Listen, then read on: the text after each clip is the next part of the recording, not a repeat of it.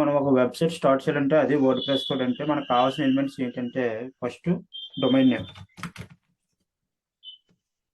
Okay, web hosting, WordPress, okay, next SSL, WordPress theme, SSL. ఓకేనా? Okay. So మనకి domain తీసుకోవడానికి recommended ఏంటంటే GoDaddy లేదా Namecheap. Next వచ్చరికి web hosting వచ్చరికి Bluehost. మనకి ఇంకా డిఫరెంట్ కంపెనీస్ ఉన్నాయి, బట్ ఏంటంటే సో రికమెండెడ్ వన్స్ చెప్తున్నాను. సో బ్లూ హోస్ట్ లో మనకి ఏంటంటే ఆటోమేటిక్ గా డొమైన్ కూడా ఫ్రీగా వస్తుంది, ఫ్రీ డొమైన్.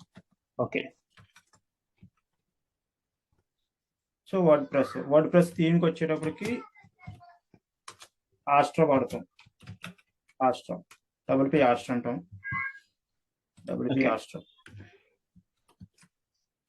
ఓకే. ఎస్ఎస్ఎల్ మనకు హోస్టింగ్ తో పాటు ఎస్ఎస్ఎల్ వస్తుంది. సో కొన్ని కంపెనీస్కి ఏంటంటే ఎస్ఎస్ఎల్ అనేది మనం సెపరేట్ గా పర్చేస్ చేయాలి హోస్టింగ్ తో కాకుండా. సో మీరు ఇన్ కేస్ బ్లూ హోస్ట్ నుంచి హోస్టింగ్ తీసుకుంటే మీకు ఎస్ఎస్ఎల్ అనేది వాళ్ళే ప్రొవైడ్ చేసేస్తారు. సో సెపరేట్ గా ఎస్ఎస్ఎల్ మీద మీరు అమౌంట్ అనేది స్పెండ్ చేయడం అవసరం లేదు. ఓకే, ఓకే అండి. సో మనకు కావాల్సిన domain, web hosting, WordPress, theme, SSL ఇవన్నీ సెటప్ చేసుకున్న తర్వాత